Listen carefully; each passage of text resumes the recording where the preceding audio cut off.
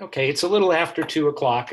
This is Ron Gallagher. I want to thank everybody who's on the call today for taking time out of their schedules. I know this is a very unique time for all of us. Today's presentation is brought to you by both BriteCore and PAMIC, and we're actually using BriteCore as a model of remote work. They have been doing remote work for a long time now. They're very experienced in it. Now, obviously, they've never had to go through a pandemic, but at least they're here to try to explain the good, the bad, and the challenges that have occurred. With that, I just want to start out with some technical notes. The first one is, because this is a call of our members, we just want to reassure you that we do have an antitrust statement, and that if there are any conversations that you believe or I believe may be bordering on antitrust, which usually deals with things like pricing and other competitive related issues. Topics such as best practices, those kinds of things are allowed, and that's really what we're going to be talking about today. The next item for those folks that are attending today's call is just how to use the Zoom system if you're not familiar with it. If you're on by computer as opposed to a phone, on your computer screen you will see a slide that says "Ask me anything about remote work," and then at the bottom of that, on usually the bottom or the top of the screen, you'll see a black bar. On that black bar are some features. The feature we're asking you to use during this conversation is the Q&A feature. It's where you can ask questions during during today's presentation. We have muted all the attendees. We have learned from experience that working from home has its challenges, such as having dogs barking, kids coming in, those kinds of things. And by just controlling the microphones allows it to be a little bit smoother and quieter for everybody else. So today's presentation is titled "Ask Me Anything About Remote Work." We're very glad to have BriteCore, who's been a wonderful member of PAMIC for a long time, and we appreciate it. And Phil Reynolds and his staff are here to kind of walk through what it was like for them and what they're experiencing. And more importantly, it's an opportunity for you as an attendee to ask questions about some of the issues you may be dealing with concerning remote work and so on. So with that, what I would like to do is introduce Phil Reynolds. Phil is known to many of you, and wonderful person, works for a great company, and they've done amazing things with technology. And I think you're going to find out through this remote work seminar how technology has helped resolve many of their challenges. So Phil, with that, I'll turn it over to you, and we'll go from there. Thank you very much, Ron, and welcome everyone to the webinar today. As Ron said, I'm Phil Reynolds, CEO of BriteCore, and a lot of you probably know me from the PAMIC IT group and the IT committee. BriteCore made the decision to go remote 10 years ago or so. So we've been at first a heavily remote and then ultimately a fully remote company for a long time. And so as you can imagine, with everything that's going on with the COVID outbreak and the quarantine, we're receiving a significant number of questions right now. People saying, hey, how do you do this, how do the other? So we're delighted to share with you today. I also want to make sure we have an opportunity to introduce the rest of the panelists that are here today. So I'll turn on over to Chasten. Why don't you introduce yourself next? Hi, thank you. I'm Chasten Reynolds. I'm the SVP of Marketing at BriteCore. I've been with the company now for almost a decade. I was started back when we had a physical office, and I have been here through the transition to remote work, where we are practicing it maybe once a week and then a couple of times a week, and then on to where we moved fully remote. So there is a wide range of experiences that I've had the privilege of being a part of throughout the duration of our company. Ingrid, I'll let you go next. Good afternoon, Ingrid Vasquez. I'm the Director of HR here at BriteCore. I've been with the team for a little bit over a year. Prior to BriteCore, I had experience working in a remote environment, just not 100% remote as we are at BriteCore. Had worked in global organizations, and with that, typically that leads to a lot of flexing of your workday and being able to adjust to be able to connect with folks all over the world. Which has lended itself well to my experience here at BriteCore. So we have the beauty and the advantage of having a globally distributed team. So that's me. I'll hand it over to you, Matt. Hi, everybody. Thanks for having me today. Matthew Casperson. I'm the Director of Information Security and Compliance here at BriteCore. From a remote work perspective, obviously BriteCore is a remote first company, so I've been here for about 6 months. So I can say I've had 6 months of remote work being the primary option, and then worked in hybrid environments too, like Ingrid, where it's been corporate facility, and then also remote folks spread everywhere internationally. So have a little bit of experience doing both and accounting for that from a information security and compliance perspective. So another note for today as well is just that we will try to get to every single question that comes through. But if there is no time left and we have questions left over, we will definitely find a way to track down answers for those and get those to the folks who asked them. Thanks. Okay, well, great. This is Ron again, and thank you for the introductions. As you can see, there's a great team over at BriteCore, lots of experience, and it's our opportunity and privilege to be able to take advantage of their experiences and knowledge to make sure that what we're doing in terms of remote work makes sense. We have appropriate technologies in place, accountabilities in place, and so on and so forth. And I believe I'd be safe to say that BriteCore is much lower on the learning curve than many of us are related to this. Even PAMIC has gone to a full remote from work in the last 2 weeks or so. And quite frankly, I would argue that we're getting a lot more done than we normally would do if we were in the office. So there are some upsides to the whole thing. The downsides are, obviously, you don't get to physically see the people and talk to them as much as you used to when you had a home office. But with that said, Phil, what I'm going to do is just start with some of the basic questions that had come in even before during the registration process or as we're live. So the first question, and I'll turn it to you, Phil, and then you can bring it to any of your staff, or if any of your staff would like to add color commentary, I think that would add a lot of help to it. So the first question is, why did BriteCore move to a remote work environment? Yeah, that's a great question, because we did this early, and I know a lot of companies right now are reacting to the current situation, and we proactively made this choice some time ago. And for us, the impetus really initially was access to talent. Been a fast-growing organization for a long time. We've expanded significantly, and we sort of realized years ago that it was unlikely that the very best talent in the world would just so happen to live 20 miles from our home office. And so we started expanding our job searches. The very first one we did was sort of statewide, then we went national, then we went international, and expanding out. And it's been shocking to me the quality of talent you find just all over the world, really. Then additionally, a really quick benefit that we saw, and Ron, you kind of touched on it for a second, although there are obviously challenges you have to manage too, is that we almost immediately started seeing much more efficient operations inside of our company, better tracking, better throughput, a lot more accountability. And so at a very, very early point, we recognized that for us, at least, it was a superior model. But originally, our goal was to expand out our talent pool.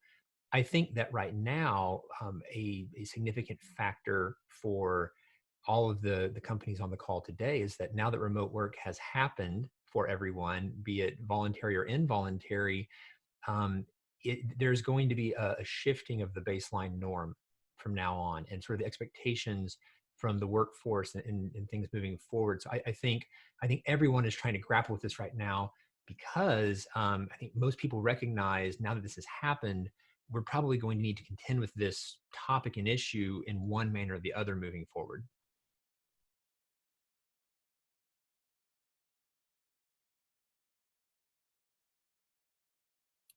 Anybody else from the BriteCore team? Can you hear me? Phil, shake your head. I can hear you just fine. Perfect, thank you. Anybody else from the BriteCore team want to add any information? If not, what I'd like to do is go to the second question, and we actually, this has to do with what it takes to go to a remote environment. You've had 10 years to try to perfect it. So that means, like I said earlier, you're low on the learning curve compared to many others. But as we were joking before we got on board, now that a lot of us are working from home or flexing with our work from in the office to work from home, it creates a lot of challenges, such as just normal family disruptions from dogs barking, kids walking in, dryers going off, blenders being used in the kitchen, and all kinds of things that just normally happen in the day and life of a person. How have you, what advice could you give to folks that help them deal with these kinds of things, because they're learning as they're going as well? Phil, I'm giving it to you, and you can hand it to anybody. Absolutely. Yeah, I'm happy to redirect through our team. So Ingrid, I actually think, why don't you start out with this one, and I'll add some backup context on it, okay? So I would say, as far as some of the tools for success, the team really needs to have a platform in a single way of communicating. The clarity that the teams need to understand what's expected of them and how will we define kind of our lighthouse of where as a company are we going is critical. So at BriteCore, and I'll let the technical folks speak to our technology, but as far as what we consider our internal office is Slack, and that's the portal and that's the platform where we communicate to the organization as a whole, but we also have different channels that allow us to have communication within teams, because that's really one of the key elements to enabling us to have a successful remote environment. And then the other aspect of it is also being able to connect with individuals. So being remote, we're all in different time zones. We leverage not just Slack, but also Zoom. We're heavy users of Zoom, and we actually connect and are able to have establish relationships and build upon those relationships in a remote environment, leveraging technology, but also that's not the only way. When opportunity becomes available, and when we don't have social distancing to worry about, we do try to connect around the organization face to face, so that it becomes more than just a person in a box. It's really a human behind the interaction. Shastin, anything you'd like to add? Yeah, I mean, I would echo your sentiment there. I think, as with many situations, communication is key. When you're in an office situation, you have the benefit of a physical presence of the person that you're interacting with. And in that environment, we can convey information to one another in bits and pieces. And while that may be inefficient, we can count on the fact that someone is physically there to provide us with the additional context that we need. When you move to a remote work environment, you have to have clear guidelines in place for how to communicate effectively, especially if that synchronous communication or immediate exchange of information isn't possible. And so when you have these guidelines in place to help you foster that communication through tools, you can provide clarity and focus on output using the right channels for communication, so that individual productivity isn't lost by unavailability or poor planning or constant meetings. I think when you're looking at tools for your insurance company, you kind of want to model what you have going in the physical office that's working to what you could transition to in a remote office. So, think about what your virtual office environment should look like. How will you instant message with people? Can you default to asynchronous so that one person can ask a question and the other person can respond whenever they can. So we do use a tool like Slack to create our office environment to get that same sense. But you also need to think about team meetings and in-person conversations, like making that shift. So we use a lot of emojis that can be really helpful to strike the right tone in written text. Video chat we've mentioned here with Zoom. We use Miro boards for collaborative brainstorming, so you can bring the wipe off board aspects of your company into the office. We use a lot of tools for project management, and that switches over to like productivity tracking. So you can use tools like Word, Excel, PowerPoint, Keynote. Google Suite has a whole supply of document creation and collaboration tools that you can use. You may also have to think about time tracking and project management as part of your general office.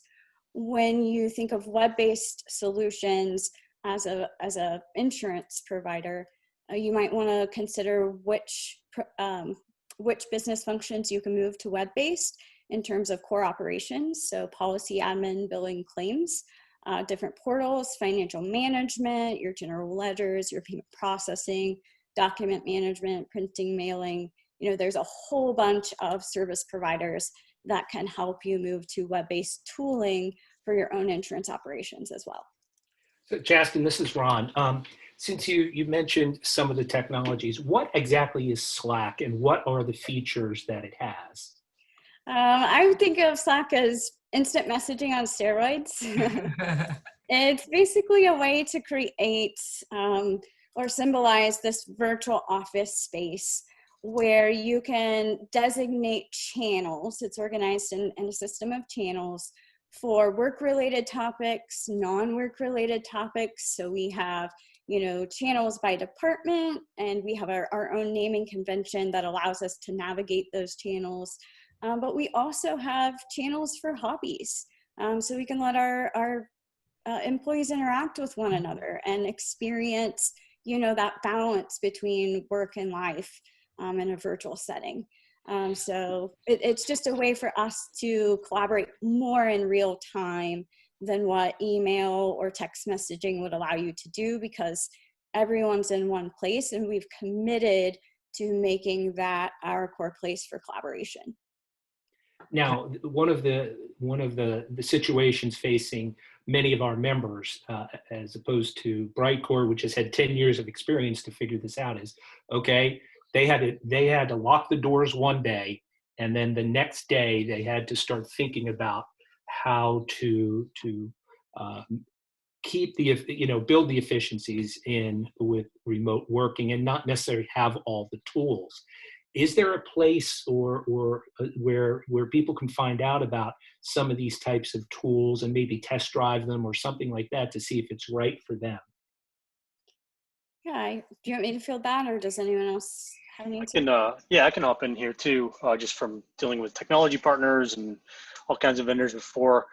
All these vendors, a lot of vendors right now are actually sending out free trials and free functionality test drives in light of, or in wake of this current pandemic environment. So even if you just hop on Google and type in what is the best instant messaging tool or cloud-based instant messaging tool out there, it'll populate, Slack, probably Microsoft Teams. There's a whole set of them that you can go and test drive. So they're good about that, and they'll, very good about getting people set up on 30-day trials. And, salespeople, of course, love to extend those trials if they think you can make a deal by the end of the quarter type thing. So there's a lot of that out there. I will say cloud first is obviously a big part of that and part of our strategy. So you mentioned G Suite.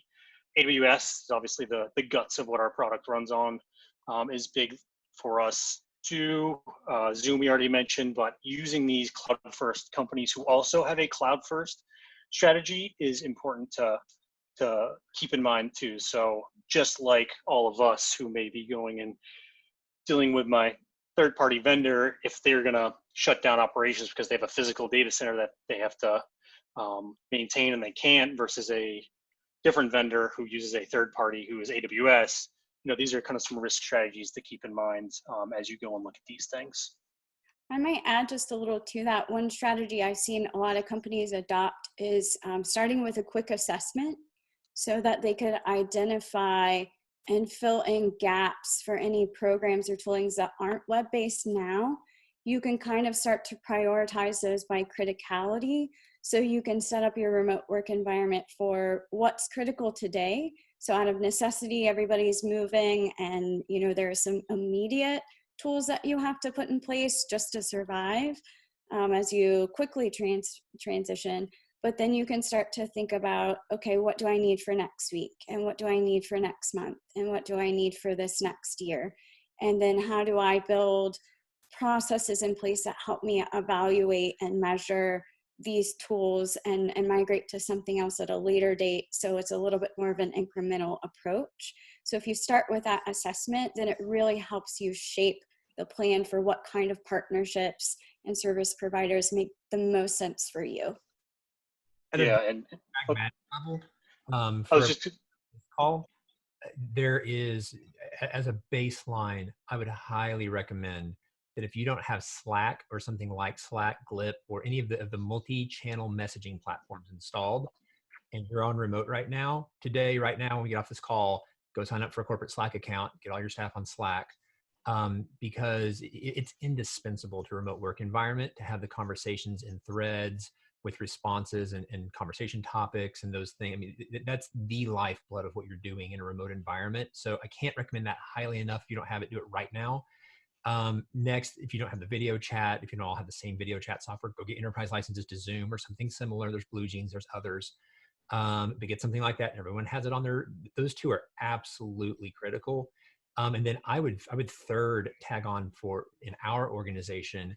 I think there's a significant value to be gained by migrating towards the G Suite, the Google Suite, Google Docs, and or Microsoft 365, but one of the cloud-based office productivity suites. And what's so great about the Google Suite in this remote environment is that everyone is collaborating on the same document at the same time in the cloud. Whereas it's really easy. It's a subtle thing you can easily miss. If you're working in Excel and you have Excel open on your computer, there's a copy of an Excel file on your physical computer and no one else can access that. And they are able to access it until you upload it back to some central repository. If your team can move towards a cloud-based collaborative suite like Google, then everyone's working on the same file at the same time on the cloud, and it significantly reduces the friction in online environment. So my recommendation I give people all the time is, at a minimum, do Slack is ground zero, Zoom is your next rung, collaborative office suite is your third rung. Like, those things are just more or less universal. You should do those. So Phil, this is Ron. I'll share a funny story, maybe not funny, humorous in a way. When in 2014, when I was brought on board to run PAMIC, one of the challenges the board gave to me was to update our technology. And one of the things I did was to move everything we do to the cloud. So we became an early adopter of G Suite before they even called it G Suite. And there is a learning curve to it. This whole concept of collaboration as opposed to sharing is a different model. Well, I was working with my board chair at the time, who is now retired, so I'm sure he's not on this call. And I had shared a Google Doc with him. And he had it open apparently on his computer at work, and I was working on the document as well, and I was changing things and I was typing things, and he could physically see all of those things happening in real time. And he called me up immediately and said, "I think I've been hacked." So it does take a different thought process to use those things, but once you get used to them, you realize the value in its utility. So definitely it's something people should look at. I also found it to be a cost saver for us too. Instead of buying individual licenses for each computer, you're always up to date, those kinds of things. So there's other advantages to that kind of stuff. We do have a host of questions that are coming in. So what I'm going to do is just continue with some of these themes. So some of them are very, very general, but I think you can get very specific. And once again, Phil, I'll give it to you, and you hand it to who you believe is the best team member. And the question is, how are you actually building those relationships with your team members or your employees? because for many people, this is going to be new and different and uncomfortable in some ways. So how do you actually get them all on the same page to get them to use this tool and to actually learn how to use the tool effectively? Yeah, there's a lot of dimensions to that, and I'm going to throw to a couple of team members. I'll say something, throw to a couple of team members. There's a few questions embedded in that. Number one, how do you get people to adopt it? And that one, I think, has a lot to do with the feeling that the team and the organization is committed to it. So if, for example, you ask a bunch of people who have been working in a specific workflow for the last 25 years to come in and do something new for the next 4 weeks, and then everything's going to go back to the way it was, they're not going to learn it. And you're going to have a nasty 4 weeks or 8 weeks or however long it all goes on. If instead they believe that culturally we as an organization are embracing this change, then there's now more incentive to learn the tool set. And then so I think committing and making it clear from an executive level, hey, this is a thing we're going to do, I think matters a lot. Beyond that, there's a lot of things we do internally to promote culture and promote engagement of employees, employee to employee. I don't have to be the one to talk about that. So who wants to take that one on our team? Ingrid, I saw you. I will. Yeah, I'll start with the building relationships. I think was the second part of Ron's question.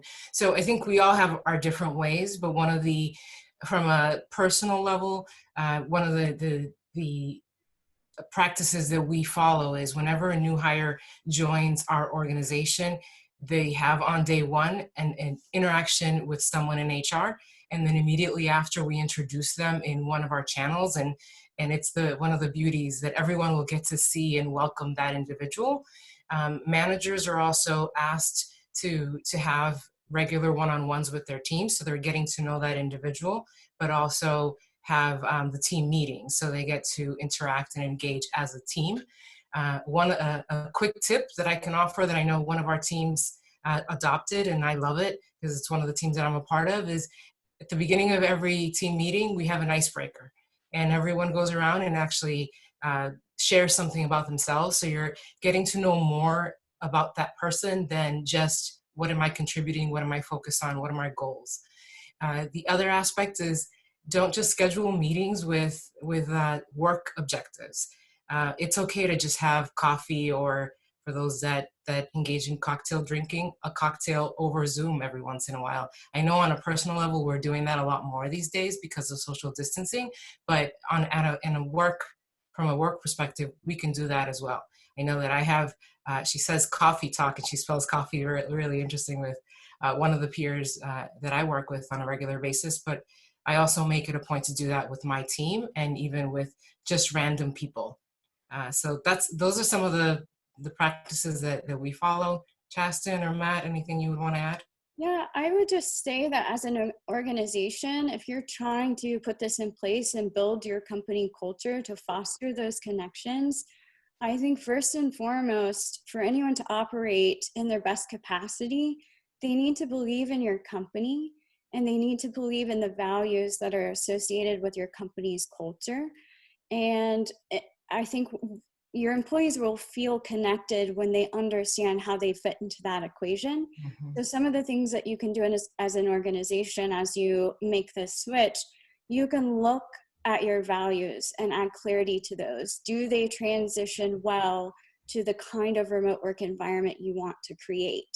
And then you need a process for upholding these values so that when there are examples of positive behavior that you want to see in your workforce, you have a way to celebrate those actions.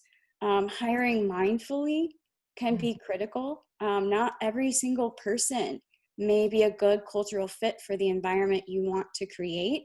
And so you need something in your hiring process that helps you find employees that you can trust entirely. And then you need to know how to encourage your high performers so that they're recognized and praised for good work. We've mentioned here how we foster engagement inside those channels. I think it's incredibly important. And also when some of the social distancing guidelines do lift, I think you can't totally do away with in-person meetings. I think you still have to find ways to do summits. You have to find ways to get your employees to conferences, have team meetups, because there is still value in that face-to-face interaction that doesn't go away. You know, the element of connection doesn't go away in a remote work environment. You have to create the productivity focus, but then you have to invest back into your employees. And if I can add, Chaston, we mentioned a few different points there that I'd like to elaborate on.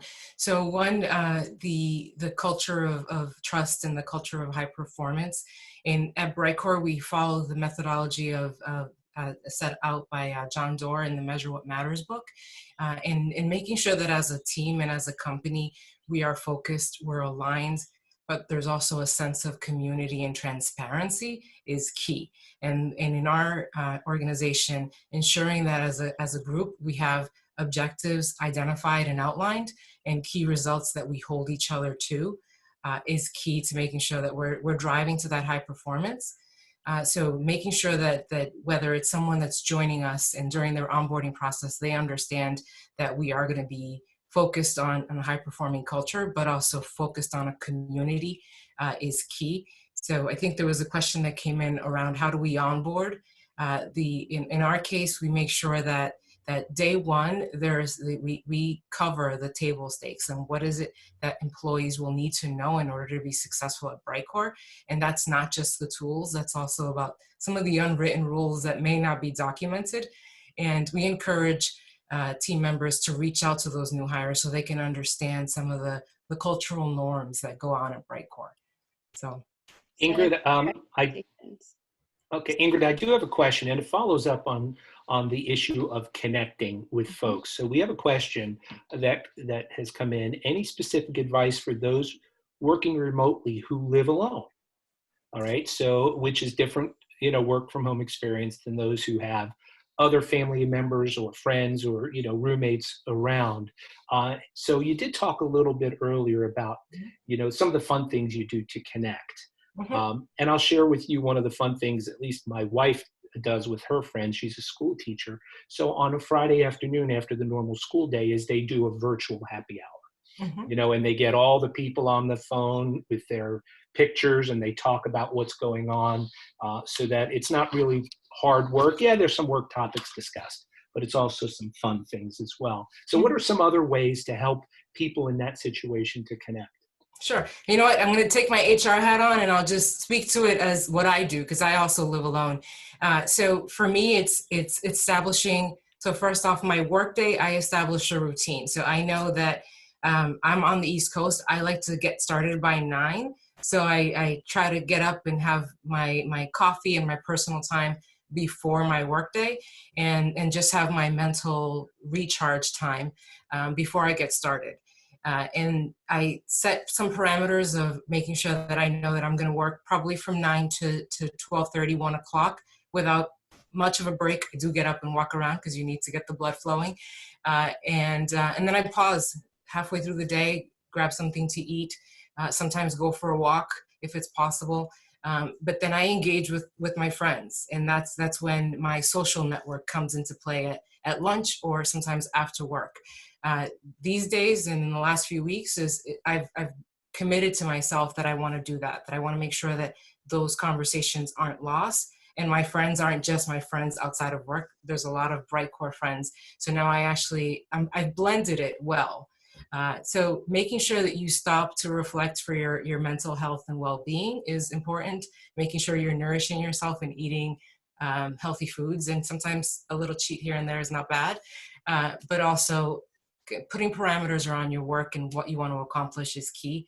Because I know at first, when I first transitioned to 100% remote, living alone, I spent a lot of hours, which could lead to burnout. So that's one of the areas that I would caution, and I typically do caution new hires when they're shifting to 100% remote is making sure that you have a routine that makes sense for you.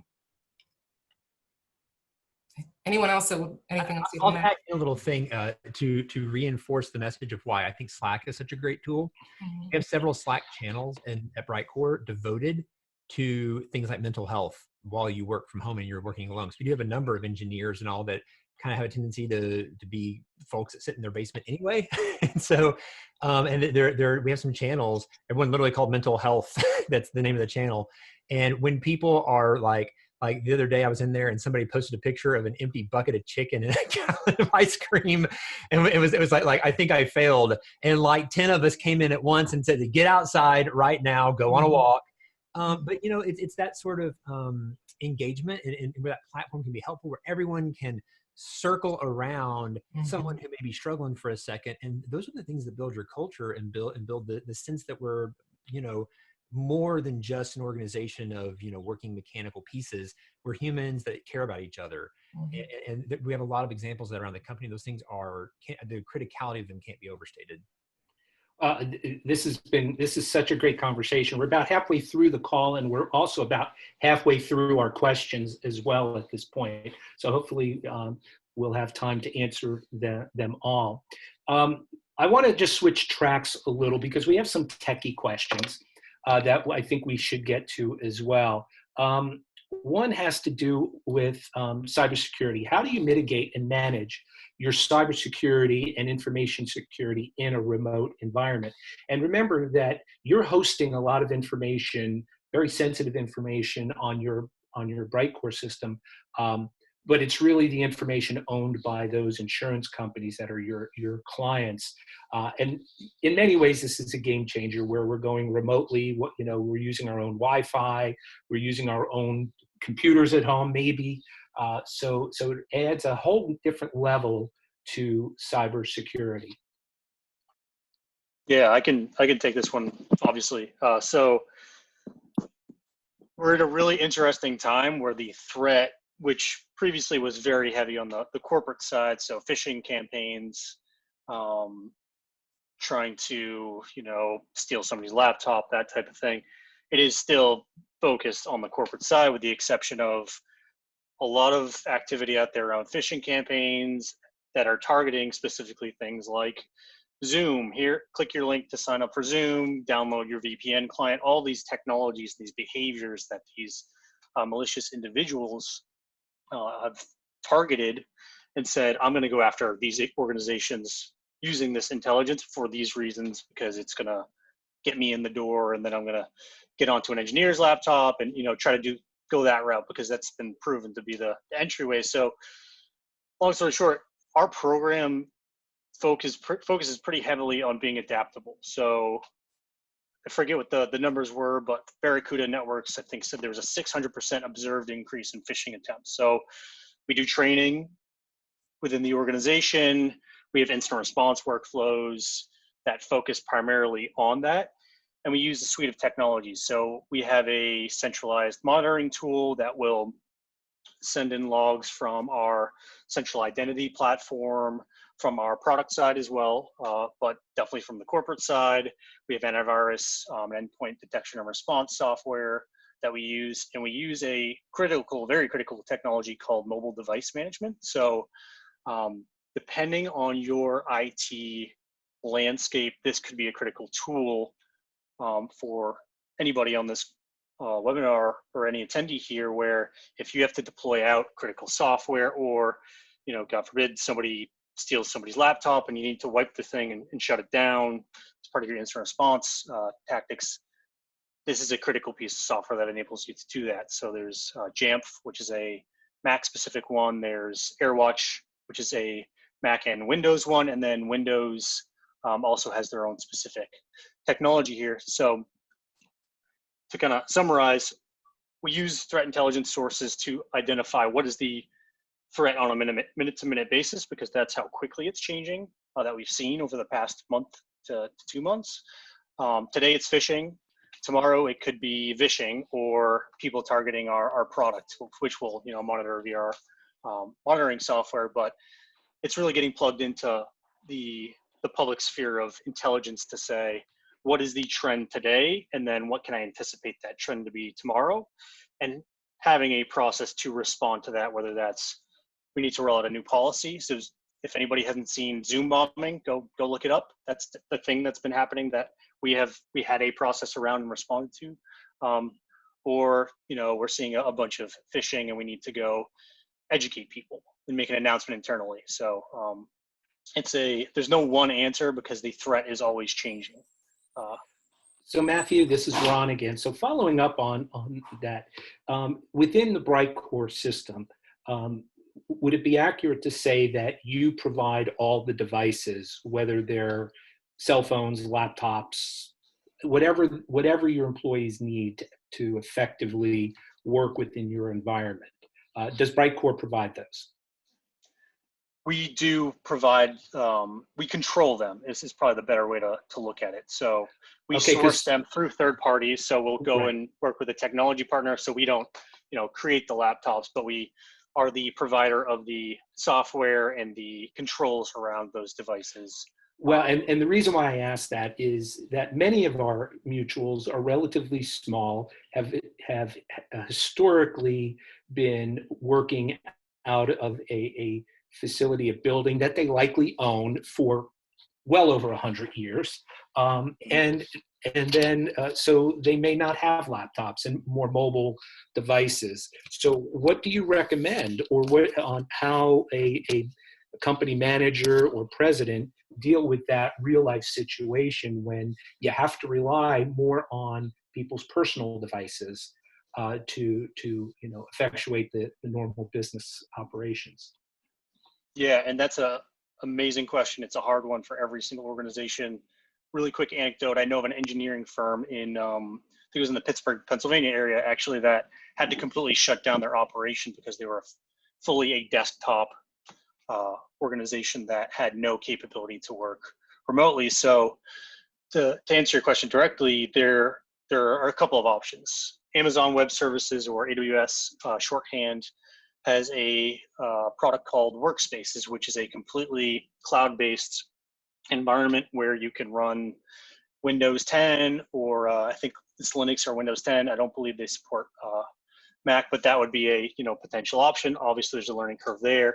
On the personal device side, that's really where this mobile device management piece comes into play, and it's going to depend on culture for sure, because these are things that can control configurations on laptops or desktops or whatever they're deployed on, but they are tools that can help affect and roll out software with controls to secure your quote unquote perimeter, inclusive of these devices, so they can do things like roll out full disk encryption on these devices, ensure there's a firewall configured, pretty foundational things, roll out a VPN solution to everybody so they can get into our corporate network or wherever they need to go. And that's that mobile device management software that I mentioned earlier, that there's several out there that you could potentially look into, or you could go the Amazon Web Services route if you feel comfortable with that approach too. Matt, I'm going to go ahead, Phil. My job to do capital allocation, and I make the decisions on sort of corporate policy. And I would just soft encourage for everyone that would be on this call, but I can't tell you how many times we have averted some potential issue, or we've saved a lot of time by the choice to continually invest in standard issue hardware at BriteCore. At our company, every employee at BriteCore gets a brand new MacBook every 2 years. And we issue them through a service provider that pre-configures AirWatch and those sort of things on the laptop. And what that does for us is it makes sure no one has something crazy on some machine somewhere, and also make sure that, for example, on this call today, we're all sitting here looking at Zoom into our cameras, and we know we all have functioning web cameras, we all have Zoom installed, and we all have those things. It's easy to underestimate how much time you lose with your tool set being sub-optimized. And I mean, $2,000 for a laptop just isn't that much, right? Compared to the time you spend on people not being able to catch the video calls, or specifically the time you'd waste if you had a breach of some sort because you weren't managing your machines very well. For me, it is highly worth it to spend the cash to issue laptops to my staff. Phil, and I will echo that. Once again, when I took over in 2014, and the board didn't give me free rein and an open budget, but they were very generous in saying, okay, you need to get us at least into the 2000s. Okay, I made the decision that we're going to go as a Mac. Everything that we're going to do is Mac based because they work well. All of those, all of the things that you read about, very little maintenance, in terms of updating, it just takes care of itself, no blue screens of death. So it worked out well for us, but it was a thoughtful decision early on to do that. Once again, people are reacting to the situation today and don't necessarily have the ability to do those things, but at least I think it gives us an opportunity to think about the future. And the other part was, when we do a lot of events, so being able to work remotely when we're at an event was also a critical part. Otherwise, they were sitting there twiddling their thumbs when they could have been doing customer service work or those kinds of things that need to happen. I think one of the outcomes that I'd like to see, and let's open this up for discussion with you folks, is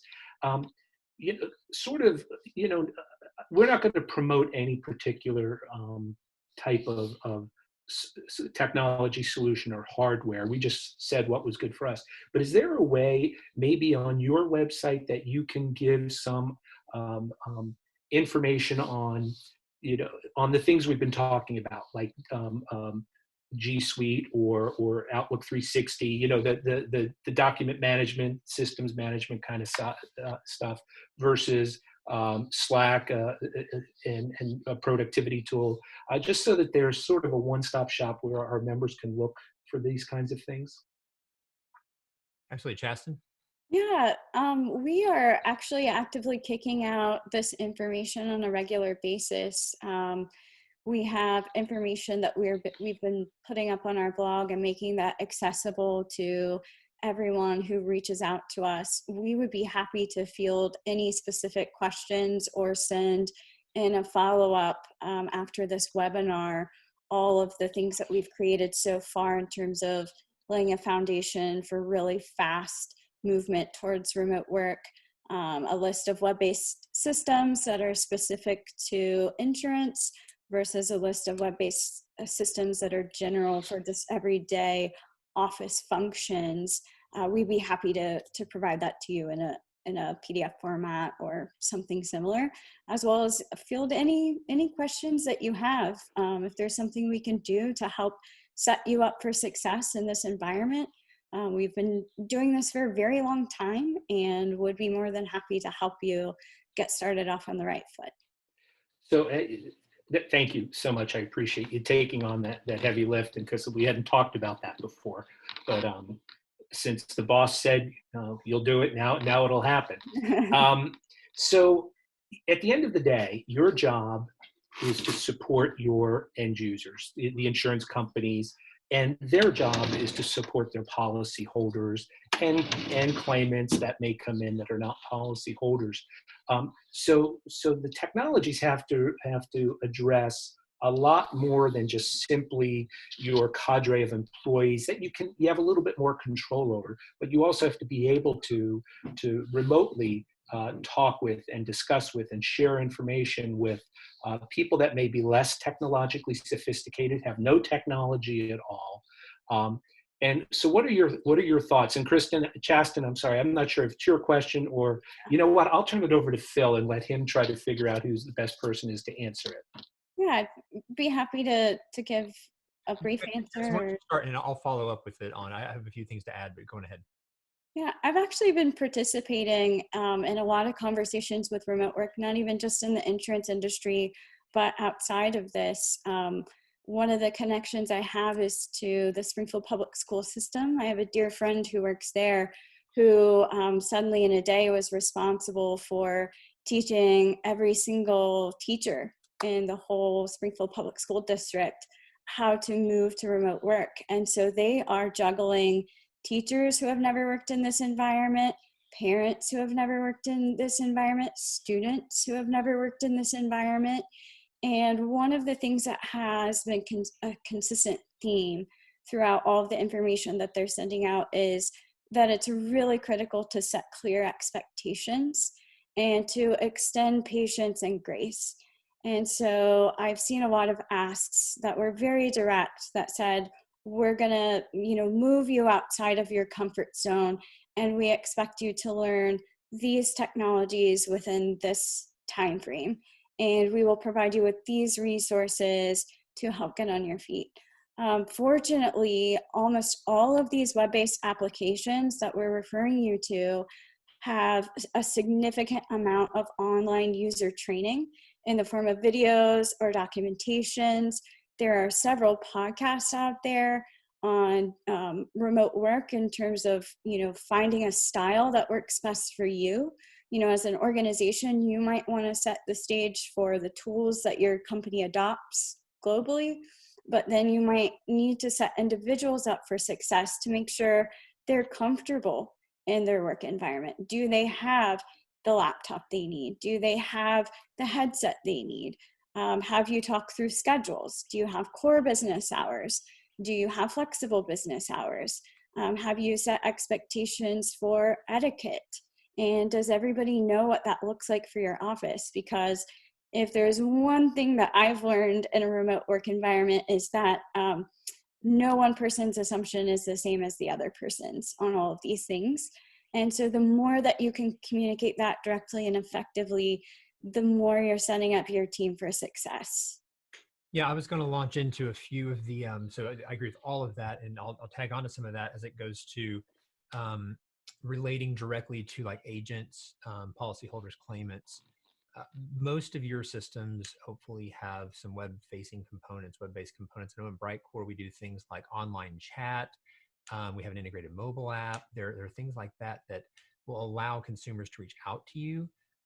You also should consider things like voice over IP systems. So for example, if your phone system right now in your office is a physical phone system that actually there's like a control unit in the back room somewhere, get rid of that and turn on something more like Ring Central, where you can reroute the numbers to people's virtual devices so that those who feel most comfortable reaching out and calling your office can still get a hold of the same individuals. A voice over IP system can effortlessly reroute to your cell phone.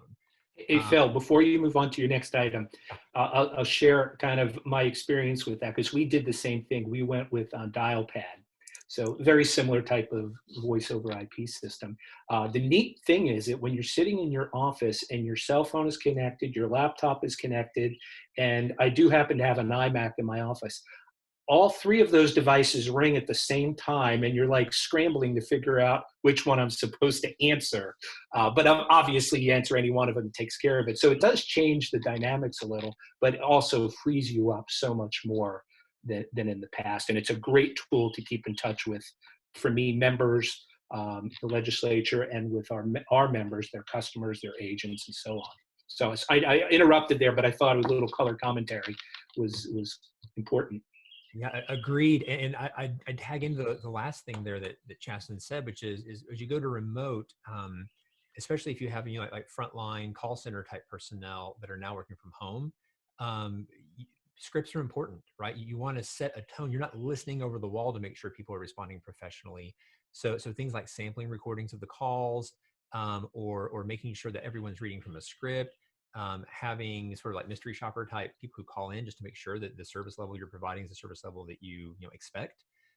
Those are all important things. Quality control still matters a lot in that environment. Maybe matters more because you're going to have to be explicit about it, as opposed to just assuming because you hear over the wall that Janice is responding the way you think. Right. Well, and I think one of the other things that hasn't been addressed in any of the questions is, wow, this technology seems great, but what is it going to cost me to implement? And I want to share my, PAMIC's story is the phone system that we had originally back in 2014 was costing me about $3,000 a year to maintain a system that was about 10 years old. Nobody knew how to program it. We still no one knew how to change even the vendor didn't know how to do it anymore because their people had changed. So we went to this voice over IP, and our costs for doing that went down by about a third, but the tools we had expanded exponentially, and the ability to use those communication tools just opened up so many other opportunities. So not always is this a cost issue. Sometimes you're going to see a cost reduction and at the same time experience increases in productivity. So do you have anything else you were going to add, Phil? No, there's a few more questions here I'd love to try to get to if we can. We're almost out of time. So well, I know I've been running all over the place with questions. So if you want to take one of the questions, because I'm not sure which ones I missed and didn't miss, because I didn't go in order. I kind of went in the way the conversation was going. So if you don't mind helping me out here. There's a couple here that I think I'm going to rapid fire on them real quickly, just to make sure that I kind of get through them. So number one, the keeping focused, motivated when working from home is the second question on the list. The focus thing, there's a lot of value you can gain by providing, like Ingrid said, a schedule and some routine. A lot of people have a hard time establishing their own routine. So I would highly recommend as a manager that you suggest a routine to people. It doesn't have to be strict. For the people who are high performers, they can do what they want to do. But we sort of have some like day in the life of guides. If you're an engineer at BriteCore, you come in, you check Slack, then you answer like 5 tickets, and then you come back and work on a feature and that kind of thing in an order.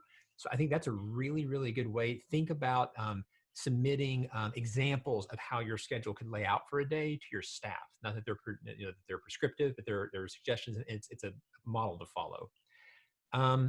I also think here the advice we give to managers when managing a team in a remote environment. There's some high level advice that I think is really, really important that we haven't touched on a lot yet. And that is that when you've been in a environment on premise, everyone's in the office together, you come to manage what you believe to be effective output from your team a lot by, does everyone seem like they're happy and getting along? And are there, is there a body at a desk and I see someone typing away furiously and I assume that person's productive? I would make a strong case that doesn't actually translate to value frequently. A lot of times people look very busy and they're not. And so I actually think there's a lot of value in moving remote and being more explicit anyway, but especially once you move remote and you no longer can rely on, does this person look busy at their desk? It becomes really, really important that you're measuring actual output. And so, in our company, I've taken huge measures to make sure that every single staff member in our company knows very clearly what their objectives are on a quarterly basis, on a monthly basis, and that there are key results tied to their objectives. And there's a really great book, if anyone on the call hasn't read it, it's called Measure What Matters by an author, John Doerr. He was sort of responsible for Google's operating model. It's a really, really great book. And there's a lot to glean from that book. The important thing is that everyone on your team understands what key results you will be measuring to determine whether or not they're meeting their objectives. And you will find as a manager, if you don't do that today, you'll see enormous benefits from forcing yourself to be explicit with your staff and say, so for example, with your underwriting department, do your underwriters know exactly how many applications they are supposed to process on average in a given week or a given month, or however you want to measure it? And is that data going onto a dashboard somewhere? And are you checking it? And do you have HR checkpoints to follow back up with that staff member to make sure they're on target?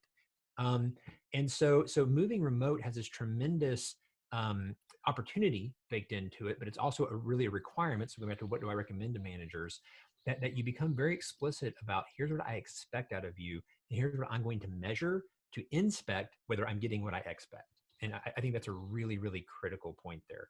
So I'll pause for a second, see if there's anyone, our panelists want to tag on either one of those, or Ron, if you have anything else you want to add on to those. If not, I'll bounce to a couple of questions more. No, let's continue going on to the questions. Okay. What are some tips or pieces of advice you wish you knew when shifting remote? The biggest thing I wish I knew is that a lot of people aren't as motivated as I am. So you put me in a room alone and you say 8 hours, nobody's going to come and bug you. I'm going to get a ton of stuff done because I like to work.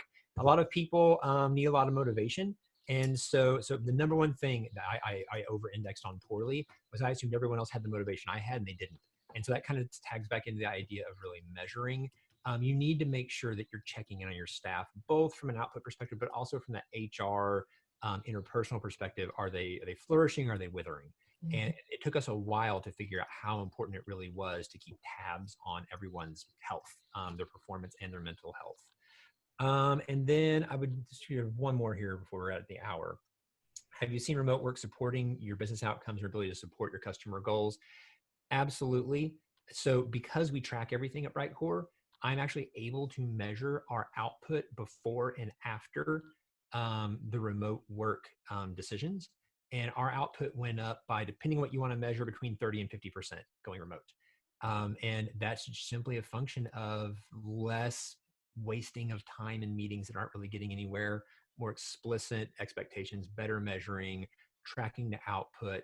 I think is really helpful to, instead of viewing it as something that's been thrust on you, view it as an opportunity, because it really, really can be if you really embrace it and are diligent and intentional about how you engage remote work. And Ron, that puts us at time, so I don't want to keep talking if we're at time. Well, no, it does. And we did get through all of the questions. So one of the, as we were going through this presentation, the panelists were interacting with each other through a chat feature and saying, hey, let's try to get this done. So one of the, I think a lot of people are struggling with is simply, okay, how do I build those accountability systems? How do I help my people who are now working from home, who have never done that before, get their day scheduled? So one of the things I asked for is, can you put together examples, not specific to a person, but to a type of person, customer service person, tech person, administrative person, on what does the day in the life of that person look like? So that, our members can build off of that kind of thing. Because, if you've done it, you have the experience, it'd be great for you to share those kinds of things with us. I got to tell you, this has been wonderful. I know there's probably a million other questions people would like to ask, but there's always the opportunity to reach out directly to BriteCore and Phil Reynolds and his team, who have done this. They've been there. They've learned from experience. One of the commentators mentioned just how well they interacted on the screen and moving effortlessly and fluidly through the presentation. And I would bet that, yeah, they've received some training on it, but a lot of it is just doing it over and over again and just getting better at it. Plus, they're just very good-looking people, and they just happen to be very smart, so it makes it even more enjoyable to be able to sit through this kind of thing. With that said, I want to say thank you to our participants, our attendees, for listening in. We will be publishing the recording of this presentation on the PAMIC COVID-19 website. Phil will make it available to you as well if you decide to put it on yours. We do lock it down for our members only, but a lot of your clients are my members anyway, so really it doesn't matter. So they'll have access to this presentation. Anything else for the good of the order before we all say goodbye? There's a bunch of you from BriteCore on the line, and I think people would like to hear some parting words. Yeah, absolutely. We really are. We've been actively engaged in PAMIC for a long time at BriteCore, and a lot of our customers are members of PAMIC, and so we feel very invested.